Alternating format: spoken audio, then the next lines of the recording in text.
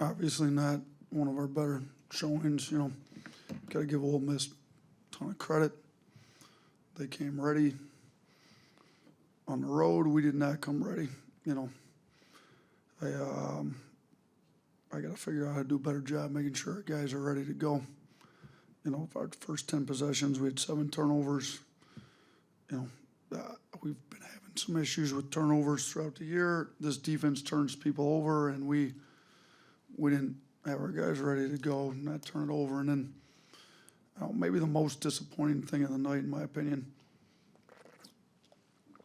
was our lack of effort on the offensive glass. I don't know if our guys didn't realize that's what's been keeping our offense going. We haven't been shooting it particularly well. We've had too many turnovers. Our offense hasn't been great this year, but the offensive rebounding rate's been really saving us in some of these games. And I believe the one offensive rebound in the first half on the box score, I believe, was given to Jaron on the missed dunk. I think they gave him a missed field goal, offensive rebound, turnover. So I think essentially we had 0 offensive rebounds in the first half. And then we ended the game with 3 if you take the one off. You shouldn't reward a missed dunk with an offensive rebound for hanging on the rim.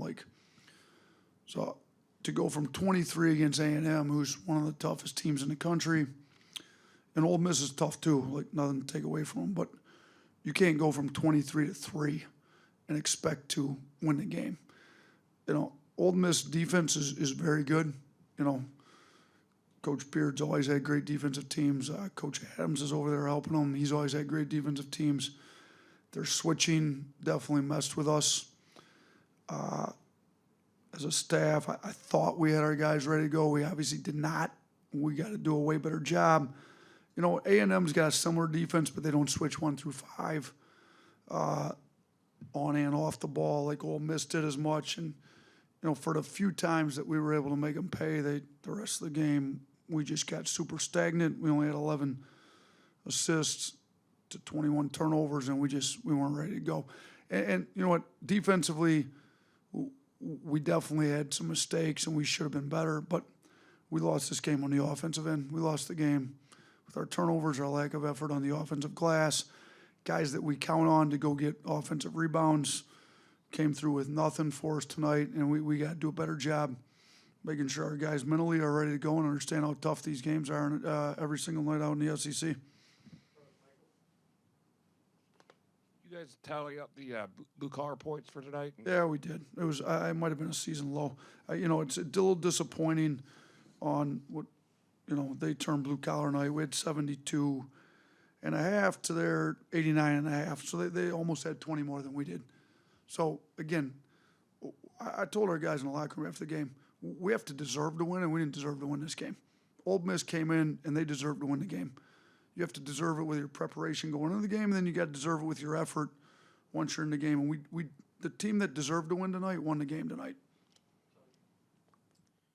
How big of a momentum swing was the 2 missed free throws that Grant had after the technical? And then just, is that a mental thing with you guys with the free throws? How do you kind of fix that? Yeah, I mean, it would have definitely helped. I told our guys, we missed 7 of them. That didn't lose us the game, but I've been telling them if we don't fix it, it is going to lose us the game. If this would have been a 1 or 2 possession game, maybe you point to that as costing us the game. Obviously, if he would have stepped to the line in a few of those situations and made them, it would have maybe helped us get on a run. It's mental with some of them for sure, but here's my thing with them. Free throws are the one thing in the game of basketball that has no variables other than the variables you put in your own head. And if you want to have confidence, you got to earn confidence. You can't talk yourself into being confident. You earn the confidence by putting up hundreds, and if you need to, thousands of. And shooting a free throw doesn't put wear and tear on your body. Even on an off day when you're supposed to be recovering, you can come in and shoot hundreds of free throws. So we've been on the guys. We're starting to chart it a lot more. It's something that's beyond frustrating for me. My guess would be, Grant shot a lot of them the last couple of days, but, I'm not sure how many leading up till, it started to be an issue over the last week or two, a real issue. So free throws are a deal that you got to spend time every day working on, and we obviously got to spend some time on it because we had too many guys stepping up, not making the free throws when they needed to step up there and make them for us. Just a curiosity here, something that really didn't affect the outcome probably, but when y'all went to full court press last couple minutes of the game, there's no pressure on the inbounds passer. Was that because y'all were trying to get a good free throw shooter double teamed or some other reason? No, we're trying to keep the ball out of the point guard's hands, and I think it's better. Personally, I think you turn people over better that way. I think putting them on the inbounder, you can go trap right away, but I felt like they were trying to get it to their best free throw shooter right away, which twice they got it to their poorest free throw shooter, and we weren't close enough to foul them. Again, though, that's like an effort thing. When the guy on him is supposed to be denying him the ball, and somehow he's so far off him that he can catch it and throw it back to the inbounder without getting fouled, we weren't playing hard enough. But that was the thought in the press, putting them off the ball to try to get a steal on the inbounds pass, keep it out of the point guard's hands, force somebody else, which we did, and then we just weren't playing hard enough to foul the guy that we wanted to foul as soon as he caught it. Yeah, the offensive rebounds, I mean, that was a bit of an outlier, but, I mean, how concerned are you about the direction this offense is headed after this game? Yeah, I think we should all be pretty concerned, to be honest with you. I mean, like, we're not aggressive. Other than on the rebounds, the guards didn't come off attacking a switch like we tried to coach them to do. You know, we're not shooting the ball very well, but part of that is we're not getting very good shots.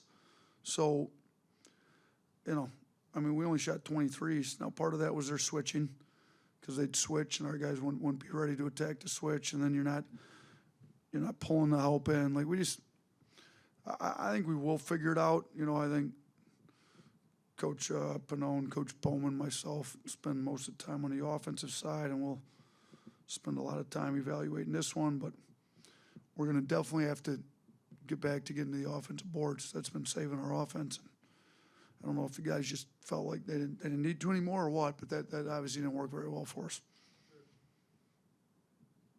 Coach, I know against Illinois, Coach Sears had a game where he didn't play well. The last couple of games, LeBaron's had trouble getting to a rhythm. How do you get his confidence back and get him going? I think some of that stuff's an effort thing. Like when sometimes when guys are struggling, you play hard, you make some blue collar plays. I mean, he didn't have many tonight. You make some effort plays, you play aggressive, you get downhill, get yourself going a little bit. I thought, you know, his blue collar plays, his effort plays have been higher in the past, you know. And I told the whole team, like, you got to earn the right to play well. Like, are you spending enough time in the gym working on your game outside of practice, or are we having to beg you to get in the gym? It's like some of these guys got to get in the gym and work on their game. You know, we're not going to practice them for 3 hours a day at this point in the season. You know, we've kept practices short, hour 15. We went an hour 20 yesterday. We didn't practice Sunday at all. So, you know, how much are they getting in the gym working on their own? Like, you got to deserve to play well. I'm not sure right now everybody on our team deserves to play well. At halftime, you kind of called it sleepwalking. How disappointing is that to see in a game where you're trying to stay in first place? It's disgusting, to be honest with you. With the amount of fifth-year seniors we have and the leadership that should be shown on this team, to have guys not come in ready to play, it starts with me because I'm supposed to be the one motivating these guys, and I obviously didn't motivate them very well to make sure they're ready. So I'm going to have to look in the mirror, see what I didn't do.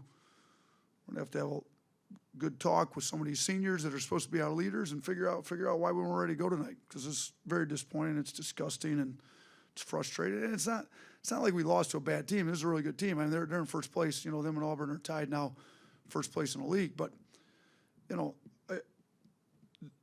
we didn't lose because they were just a far superior team tonight.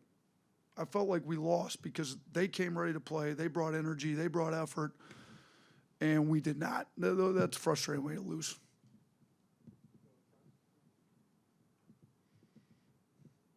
last 10 minutes, you were talking about self-inflicted wounds, but just based on what you saw from Ole Miss tonight, just from a personnel standpoint and just the way that they played defensively, do you see Ole Miss as one of those teams that could potentially be, a double-bye team by the time March comes around, SEC, considering how tough the league has been this year? They're proving it right now. I mean, they've got 2 tough road wins. They've their style's a little bit different than most, particularly on the defensive end.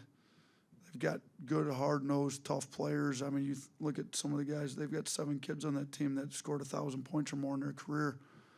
So the way they look tonight, I think they should be in the mix to win the whole thing, not just be a double-bye team, but I think they're going to be in the mix to win the whole thing. I mean, at this point, 4 games in, we no longer have full control of our own destiny since we don't get them again.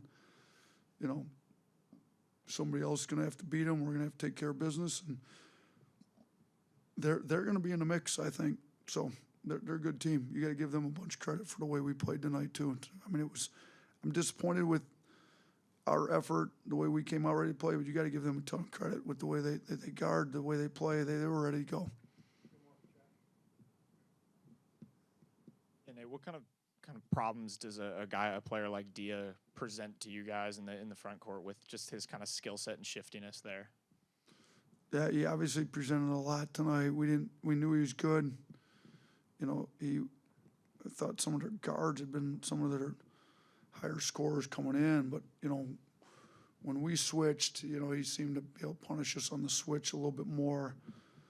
He got it inside. When he did miss, he went right back up, got his own misses a lot. I mean,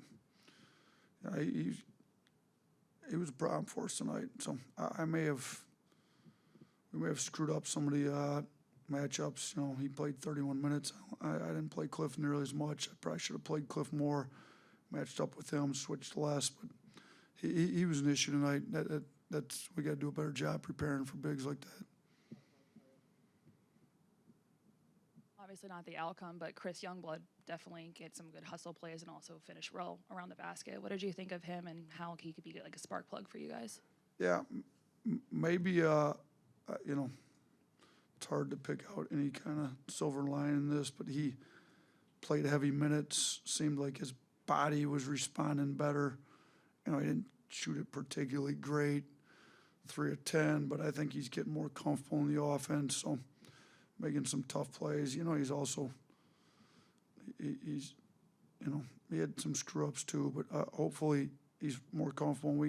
I thought Holloway showed pretty well. I mean, he's the one guy that shot pretty well tonight. We didn't score it very well at all, but he ended up in double figures, leading us to score with 15. So, and I thought defensively he was a little bit better than he'd been too. So, which evidenced by that he played almost 30 minutes, so he got more minutes than normal. So, but nobody was good enough for us to win this game, including the head coach, and we got to be better moving forward. So we got a tough one on the road against Kentucky.